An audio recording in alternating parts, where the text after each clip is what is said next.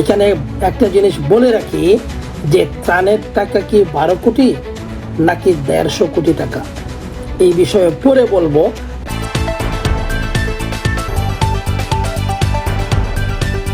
বিসমিল্লাহির রহমানির রহিম। ত্রাণের টাকার হিসাব কিন্তু এখন জুড়ে সুরে দাবি করা হচ্ছে যে ত্রাণের টাকার হিসাব দাও। এটা ঠিক তখনই এই দাবিটা উঠছে যখন হাসনাত আবদুল্লাহ তার ফেসবুকে 30,000 টাকার খেজুরের হিসাব দিছে। তখন সাধারণ মানুষ সোশ্যাল মিডিয়াতে জবাব চাচ্ছে যে ত্রাণের 12 কোটি টাকার হিসাব দাও। এখানে একটা জিনিস বলে রাখি যে ত্রাণের টাকা কি 12 কোটি নাকি 150 কোটি টাকা, এই বিষয়ে পরে বলবো। তার আগে মানুষ যখন এই জবাব চাচ্ছে তখন তারা প্রকাশ্যে ওই জবাবে তারা বলতেছে যে এই ইউটিউবে সার্চ দিয়ে দেখো। আর যারা গুন্ডা পান্ডা আছেন, পড়াশোনা পারেন না, বুঝেন না, ইউটিউবে সার্চ করে দেখতে পারেন না ত্রাণের টাকা কোথায়। আমিও একটি পোস্ট করেছিলাম যে ত্রাণের টাকার হিসাবের জন্য। আমার এই পোস্টে জামায়াতের বট বাহিনী এবং এনসিপির লোকেরা অকথ্য ভাষায় গালিগালাজ দিয়ে এসে বলতেছে যে ইউটিউবে সার্চ করে দেখতে পারিস না। তো আমি ইউটিউবে সার্চ করে 2টা লিঙ্ক পাইলাম। এই 2টা লিঙ্কের মধ্যে প্রথম লিঙ্ক, যেটা কমেন্ট বক্সে দেওয়া আছে, প্রথম লিঙ্কে তারা বলতেছে যে 12 কোটি টাকার মধ্যে 9 কোটি টাকা তারা প্রধান উপদেষ্টার ত্রাণ তহবিলে জমা দিয়েছে। আরেকটা নিউজে বলতেছে যে 8 কোটি টাকা প্রধান উপদেষ্টার ত্রাণ তহবিলে তারা জমা দিয়েছে। এখন কোনটা সত্য কোনটা মিথ্যা সেটা তারাই বলতে পারবে। এখন আসেন, যে প্রধান উপদেষ্টার কাছে যে তারা ত্রাণ তহবিলে যে তারা এই যে 9 কোটি টাকা জমা দিছে বা 8 কোটি টাকা জমা দিছে, প্রধান উপদেষ্টার ত্রাণ তহবিলের পক্ষ থেকে কি কখনো জানানো হয়েছে যে ওই ত্রাণের টাকা তারা কোথায় বিলি করছে বা আসলেই বিলি করছে কিনা বা আসলেই টাকা দিছে কিনা? কারণ প্রধান উপদেষ্টা ডক্টর মোহাম্মদ ইউনূস তো তাদের সরকার। যখন মানুষ প্রশ্ন তুলল যে বৈষম্য বিরোধী ছাত্র আন্দোলনের অ্যাকাউন্টে কেন টাকাটা রাখছো, তখন তারা বাধ্য হইয়া প্রধান উপদেষ্টা ত্রাণ তহবিলের সচিবকে বলল যে আপনি স্বীকার করবেন যে আপনার কাছে টাকাটা আমরা জমা দিয়ে দিয়েছি। আসলে কিন্তু টাকা জমা দেওয়া হয় নাই। যদি টাকা জমা দেওয়া হইতো তাহলে ওই টাকাটা কিন্তু ফেনীর মানুষদেরকে মানে তাদের মধ্যে বিতরণ করা হইতো। এখন আসেন, যেই টাকার হিসাবটা তারা দিছে সেই টাকার হিসাবেও কিন্তু গরমিল সঠিকভাবে দিতে পারে নাই। আপনারা প্রথম লিঙ্কে ক্লিক করে দেখতে পাবেন তারা একজন লয়ারের মাধ্যমে তারা ওই ত্রাণ তহবিলের টাকার হিসাব দিচ্ছে। কেন ভাই? 30,000 টাকার হিসাব ফেসবুকে লাইভে দিতে পারো, 12 কোটি টাকার হিসাব দিতে পারো না? নাকি ওই যোগ্যতা ওই মেধা নাই 12 কোটি টাকার হিসাব দিতে পারবা না? নাকি ওই যে 900 করছো টাকা মাইরা খাইছো সেই জন্য একজন অভিজ্ঞ উকিলকে দিয়ে একদম মানে এই একটা প্ল্যান সাজিয়ে উকিলের মাধ্যমে এসে এই জবাব দিতে হচ্ছে? পাশে আবার সার্জিস এবং হাসনাত বসে আছে। কেন আপনারা দিলেন না কেন হিসাব? খরচ তো আপনারা করছেন। খরচ কি লয়ার করছে? উকিল তো খরচ করে নাই, খরচ তো আপনারা করছেন। তাহলে এটা মানে এই পেছনে বসে গোপনে বসে প্ল্যান করে উকিলের মাধ্যমে বলাইতে হবে কেন? যাই হোক, তারপরেও বলাইছে, ওইটা নিয়ে আমি আর বলতেছি না। কিন্তু দেখেন তারা যে হিসাব দিছে 1,78,00,000 টাকা নাকি তারা খরচ করছে বন্যার্তদের পাশে। এখন 1,78,00,000 টাকার মধ্যে তারা হিসাব দিছে 1,37,00,000 টাকার তারা রিলিফ কিনছে। আবার ওইখানে আবার দেখাইছে যে 12 লক্ষ টাকা তারা অন্যান্য অর্গানাইজেশন ফান্ডকে তারা দিয়েছে। অন্যান্য অর্গানাইজেশন ফান্ড, কোনো নাম নাই। আমরা বলি না যে অমুককে 5,000 দিছি, অমুককে 10,000 দিছি, অমুককে 20,000 দিছি। ঘটনাটা কিন্তু সেই রকম। ওই 12 লাখ টাকা অন্যান্য বলতে কি ওদের পকেটে, অমুকের পকেটে, হাসনাদের পকেটে, ইয়ার পকেটে, হান্নান মাসুদের পকেটে, সার্জিসের পকেটে। ওইটা হচ্ছে অন্যান্য অর্গানাইজেশন ফান্ড, যার কোনো নাম তারা বলে নাই। তাদের বক্তব্যে কোনো নাম বলে নাই, অন্যান্য অর্গানাইজেশন ওইটা বলছে। যাই হোক, তারপরে আবার দেখেন 11 লক্ষ টাকা তারা খরচ দেখাইছে যে প্যাকেজিং র ম্যাটেরিয়ালস।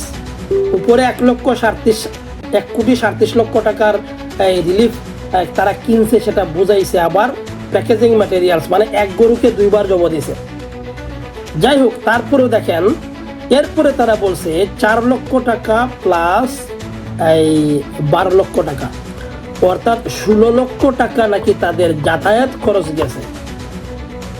ফেনীতে, ঢাকা থেকে ফেনীতে যেতে কত লক্ষ লোক যদি ঢাকা থেকে ফেনীতে যায় তাহলে এই 14 লক্ষ টাকা খরচ হবে। মানে মামুর বাড়ির আবদার, হ্যাঁ, ওই যেমনি মনে চায় জনগণের টাকা যেমনি মনে চায় তেমনি খরচ করছো, খরচ হিসাব দেখাইছো। ওই যে বালিশ কাণ্ডের মতন আর পর্দা কাণ্ডের মতন, হাসিনা এক একটা বালিশ কিনছিল 40,000 টাকা দিয়া, এরকম যে ঢাকা থেকে ফেনী যাইতে 14 লাখ টাকা লাগে তাদের গাড়ি ভাড়া। কতজন লোক গেছিল, গাড়ি ভাড়া 14 লাখ টাকা লাগলো। আর 12 লক্ষ টাকা কোন অর্গানাইজেশনকে তারা দিছিল, নাম বললো না কেন? তো এই হচ্ছে তাদের 9-6-এর হিসাব। 1,78,00,000 টাকার হিসাবের মধ্যে এই 9-6-এর হিসাব। আর বাকি 9 কোটি বা 8 কোটি যে প্রধান উপদেষ্টার তহবিলে বলছে দিছে, ওইটার কোনো হিসাব নাই। আদৌ কি দিছে কোনো হিসাব নাই। কিন্তু ওই যে প্রথম বলছিলাম যে ত্রাণের টাকা কি আসলেই 12 কোটি টাকা, এই 12 কোটি টাকা যে ত্রাণের টাকা উঠছে ওই হিসাবটা আমরা জানলাম কি করে? তারা আমাদেরকে বলছে, আমরা জানছি, কারণ তারা টাকা উঠাইছে। এখন তারা কত টাকা উঠাইলো আর কত টাকা জাতির সামনে বললো সেটা তো কেউ জানে না। আপনি জানেন ওই যখন ত্রাণ তহবিলে, যখন টিএসসির মাঠে যখন ত্রাণের টাকা উঠানো হয়, তখন যারা ক্যাশ টাকা দিচ্ছে, নগদে টাকা দিচ্ছে, চেক টাকা দিচ্ছে এবং যারা ওই বিকাশে টাকা দিচ্ছে, ওই সব টাকার হিসাব কিন্তু পাওয়া গেছে।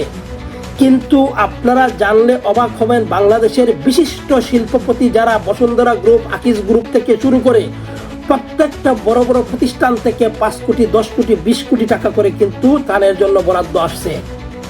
ওই টাকার হিসাব কিন্তু তারা দেয় নাই। যেই টাকা টিএসসিতে উঠছে ওই টাকার হিসাব তারা শুধু দিছে 12 কোটি টাকা উঠছে।